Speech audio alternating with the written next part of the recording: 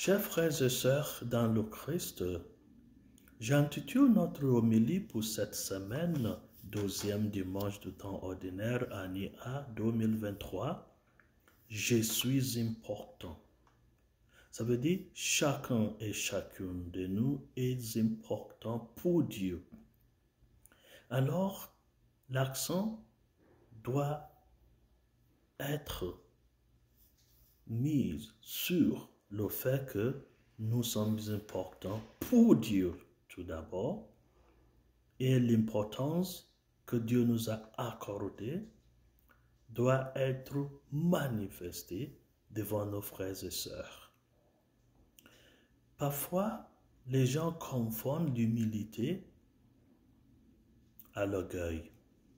Les gens pensent que s'ils vivent une vie sainte, c'est l'orgueil devant les pécheurs. Ou bien d'évangéliser les autres, de parler de Dieu devant les autres, on dit que c'est l'orgueil, il indispose les autres. Ce n'est pas vrai.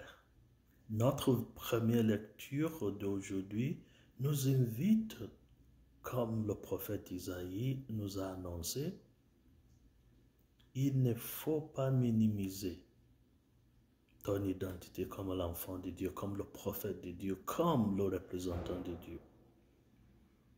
Ça veut dire que c'est Dieu qui nous accorde l'importance dont nous parlons aujourd'hui. C'est Dieu qui nous rend importants en nous appelant d'être ses enfants, d'être ses missionnaires, d'être ses représentants sur la terre. C'est en minimisant l'importance que Dieu nous accorde, c'est à partir de ce moment-là que l'orgueil prend place. Nous nous enorgueillons du fait que nous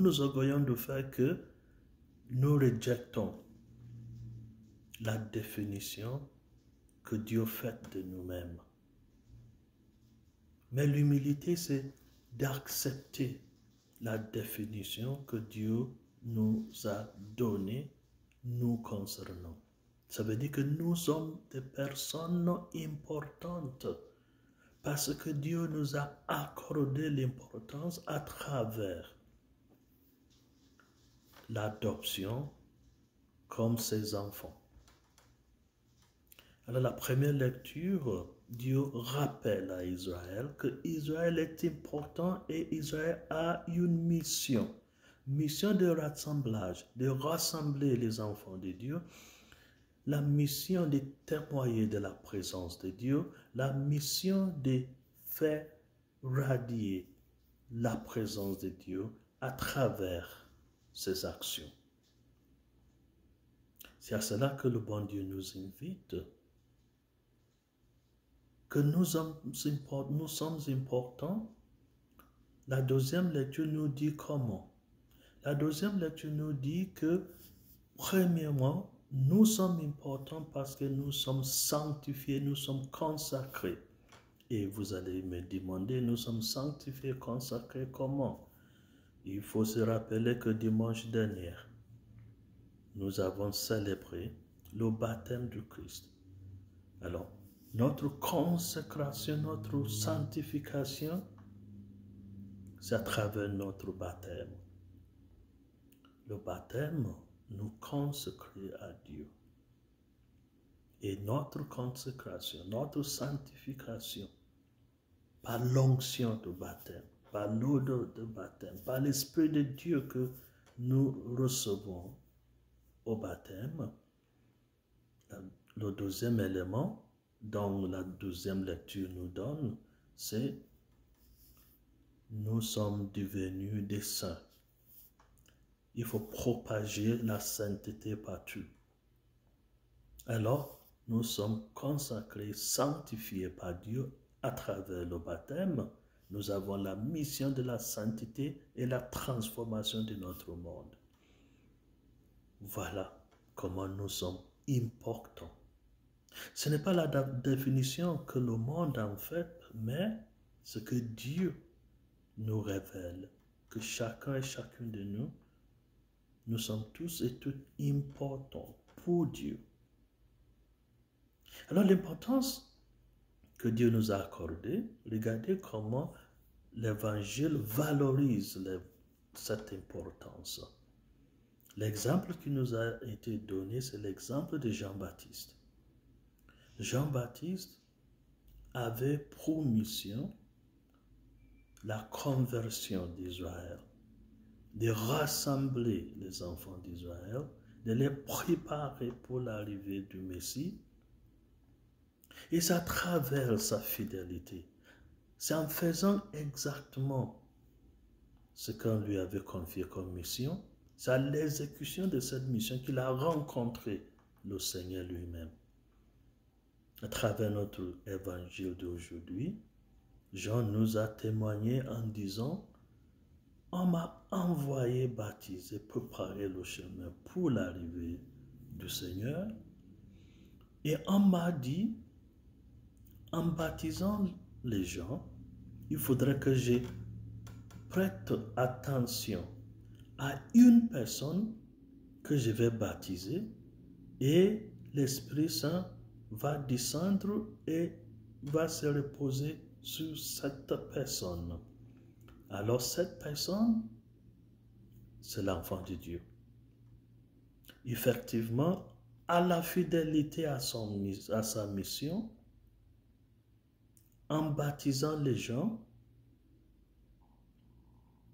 Jean a baptisé le Seigneur. Jean a vu l'Esprit Saint qui est descendu et s'est posé sur le Christ. Et Jean en témoignait pour dire, regardez ce qu'on m'avait dit, regardez l'accomplissement de la promesse que Dieu m'a faite. Et il a dit, maintenant que le Sauveur est arrivé, moi, ma mission s'est achevée et sa mission à lui vient de commencer. Et c'est à lui que tout le monde doit aller maintenant parce qu'il va baptiser le monde par l'Esprit Saint. Alors le temps ordinaire, deuxième dimanche du temps ordinaire, nous invite à manifester la présence de Dieu à travers la fidélité dans nos tâches quotidiennes, nos tâches ordinaires.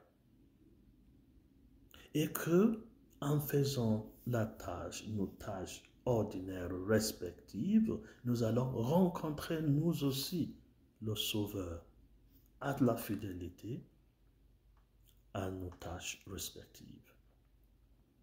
Le temps ordinaire veut dire qu'il ne faut pas attendre les occasions extraordinaires pour faire manifester la présence du Seigneur.